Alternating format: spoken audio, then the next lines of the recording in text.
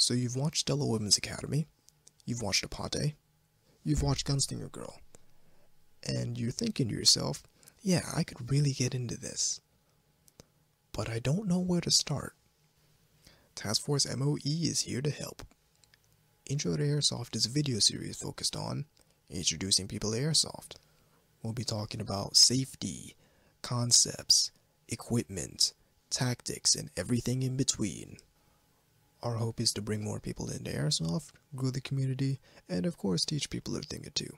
And with that, enjoy the video. What's up, this is Time Enforcer Anubis of Taskforce M.O.E. We're here with another video, Intro to Airsoft. This time, we're going to be talking about the three primary types of Airsoft guns. Now, the three types are spring guns, gas guns, and AEGs. And I've got some examples of all three here, and we're going to get into it right now with the spring gun. Now this is a spring rifle.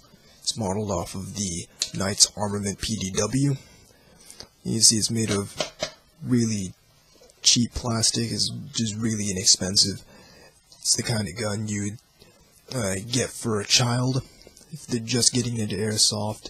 It's the kind of gun you just sit in your backyard shooting at targets with. It's not very flashy. It doesn't really have a lot of stuff going on with it. The way these operate is pull the charging handle. That'll draw back a spring, and when you pull the trigger, the spring releases and forces air, and which forces the BB out of the muzzle. Now, the thing with spring guns is you're not going to see a lot of them at actual games most of the time, unless they're like sniper rifles, bolt action rifles, or shotguns, pump action shotguns. But you're not going to really see them at games. The real use that I find for spring rifles is a lot of conventions will allow disabled airsoft guns as props. So what I like to do is I like to take a cheap spring gun and take all the internals out so I can bring it to a convention like I did with this. This is my spring Mark 23. You can see that the internals have been taken out. I can slide it back. The spring there's no spring in it, there's no piston in it. I can pull it back. Nothing happens but the hammer falling down.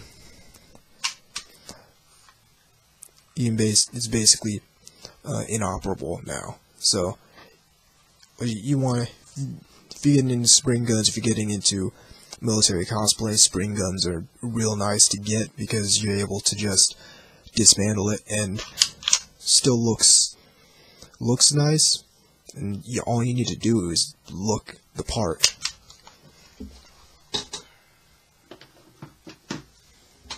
Next we have the gas guns, and for that I have my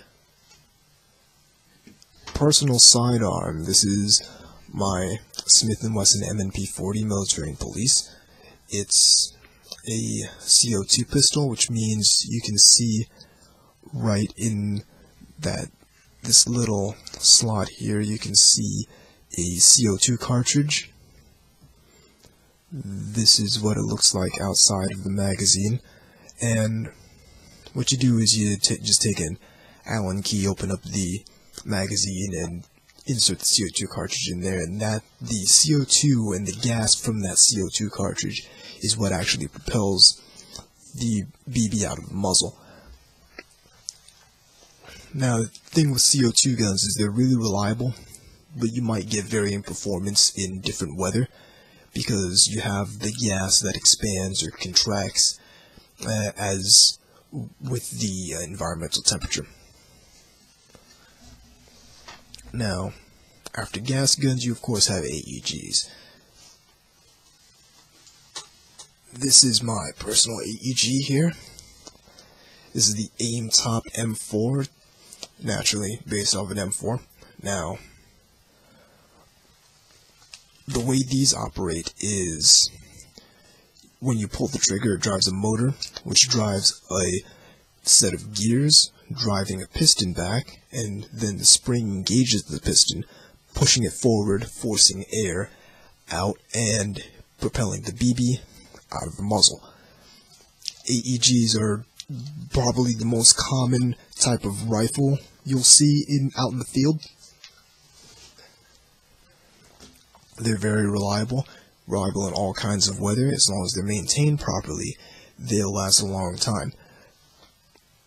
They're very easily upgradable as well. You can get new gearboxes, new springs, new motors, and they're probably the most common kind of airsoft gun, as well as the most widely varied. Because with spring guns, you'll see a lot of low levels to maybe mid levels if you're talking about, you know, sniper rifles or shotguns. With gas guns, you're talking about mid to high levels as well, especially if you're talking about the high-end gas blowback pistols, or especially gas blowback rifles. But AEGs run from the low mid to very high end. This here is a lower end AEG. You can see that it's a lot easier for me to hold because it's a lot lighter. It's made of a lot cheaper material, as well as the fact that the gearbox is all plastic as opposed to the metal gearbox of my M4. This is an Umarex HK416, and as you can see, as you can sort of feel, I can feel, it's a lot lighter. It's made of a lot cheaper material. It's reliable, it's good, it served me well, but it's not, the quality isn't as good as that of the higher end AEG like I have here.